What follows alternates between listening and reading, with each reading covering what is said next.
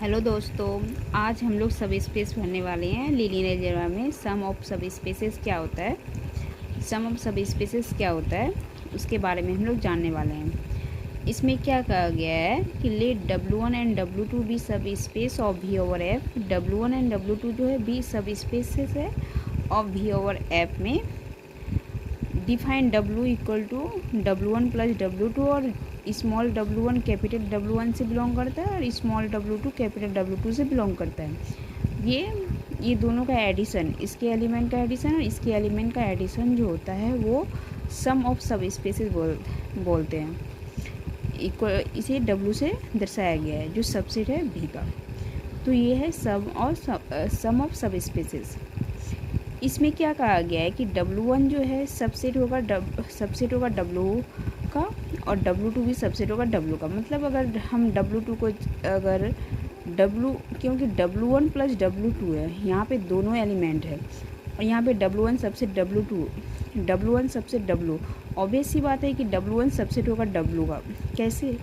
ऐसे अगर हम W2 को 0 मान लेते हैं तो ऑब्वियस सी बात है कि W1 इक्वल टू W1 हो जाएगा। लेकिन इसमें एक्स्ट्रा एलिमेंट भी एडिशन के साथ है कि W2 भी ऐड किया गया है, तो ऑब्वियस सी बात है कि ये सेट बड़े होंगे W1 से।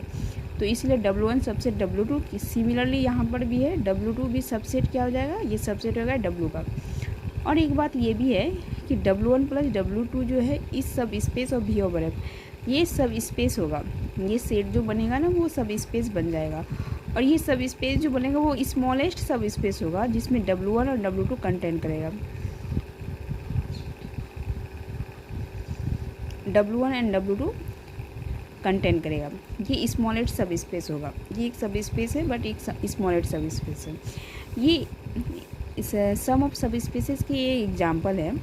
ये एग्जांपल क्या कह रहा है कि V equal to R over R cube over R में क्या है, W1 जो लिया गया है x, y, 0, x, y belongs to R। W2 equal to 0, y, z belongs to R। Clearly W1 plus W2 subset R cube. अगर हम ये दोनों को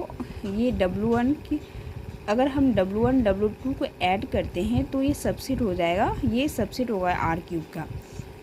तो ये बताया गया है। इसको अगर हम लोग इस दोनों को अगर भी को हम लोग इसके सम में लिखने वाले हैं तो कैसे लिखेंगे।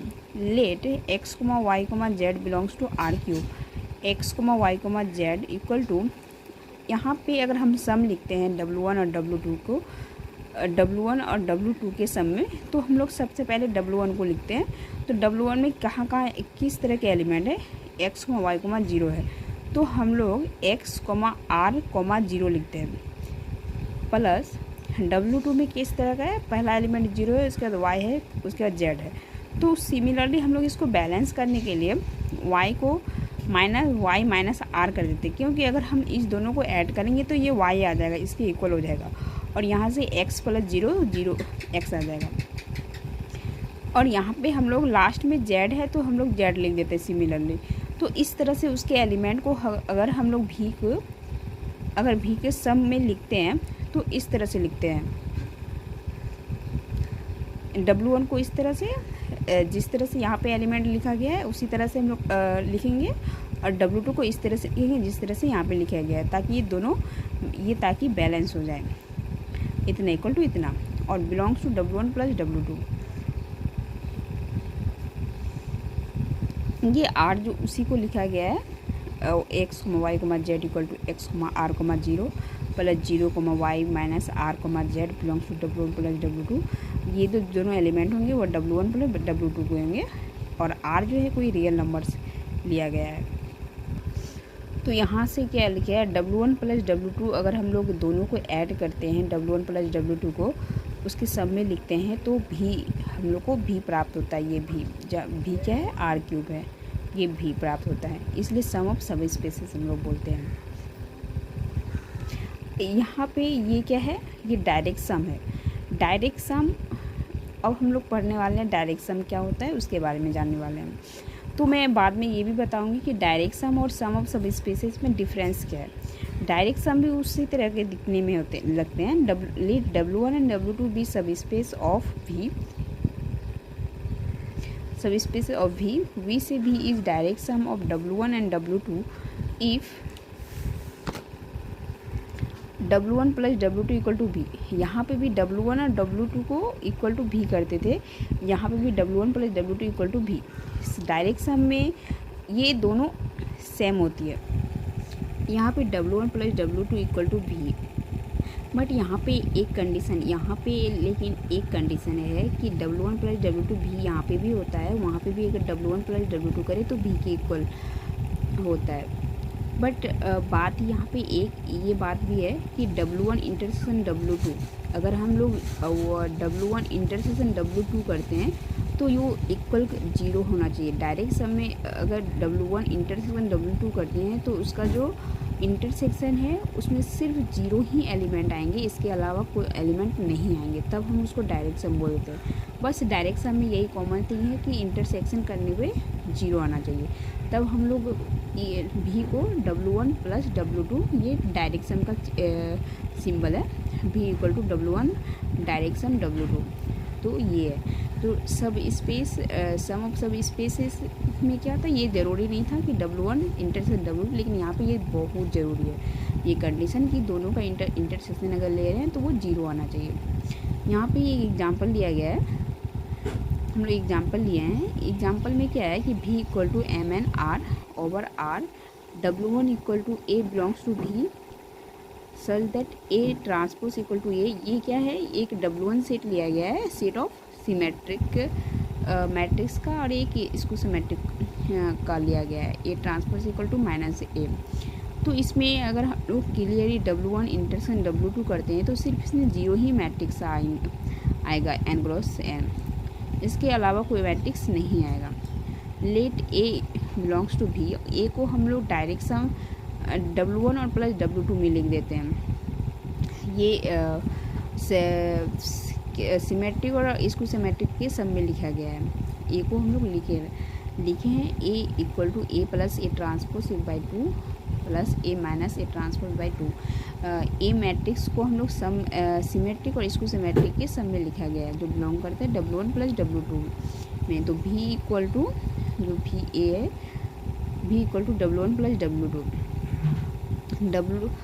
W1 intersection W2 equal to 0, यानी कि ये जो है ये एक डायरेक्ट सम, ये जो है सम ऑफ डायरेक्ट सम है। डायरेक्ट सम ये एग्जांपल किसका, डायरेक्ट सम का एग्जांपल है। V equal to W1 plus W2, अगर ये दोनों कंडीशन यहाँ पे सेटिस्फाई करती है तो हम बोल देंगे कि V इक्वल टू V क्या है, डायरेक्ट सम है W1 plus W1 direct sum W2, यहाँ पे ये है।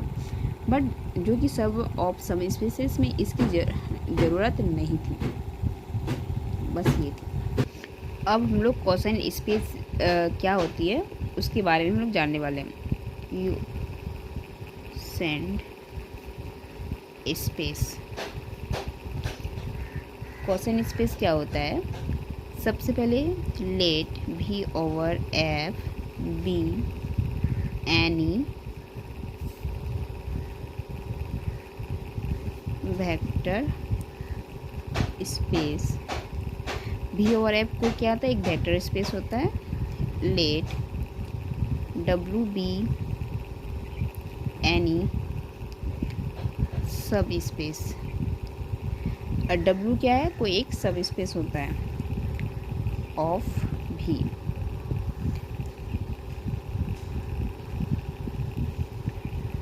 Late V by W, V by W को, W क्या है, एक वेक्टर, V क्या है, एक वेक्टर स्पेस है, W एक सब स्पेस है, उस V का सब स्पेस है।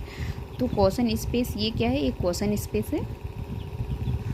तो कोसाइन स्पेस को हम लोग कैसे दिखाते हैं, V प्लस W, जिसमें ये V W इस W के सारे एलिमेंट के साथ V के एलिमेंट को ऐड करते हैं।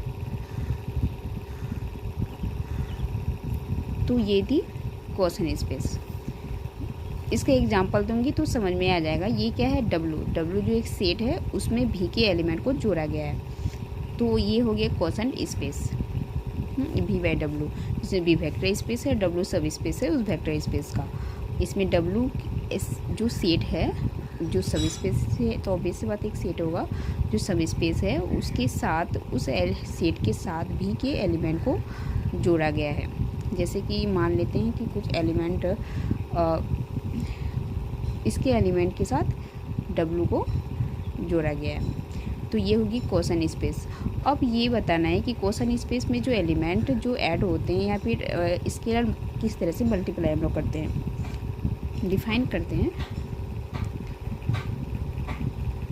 Define plus and dot on V by W.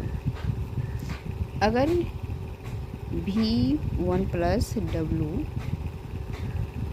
Plus V2 plus W, तो यहाँ पे क्या होता है, ये दोनों, ये डब्ल्यू को जोड़ करके 2W ऐसा नहीं होता है, इसमें W एक सेट ही है, तो उसको अगर डब्ल्यू करेंगे 2W भी हो जाएगा, तो वो एक W ही बनेगा। तो V1 प्लस V2 प्लस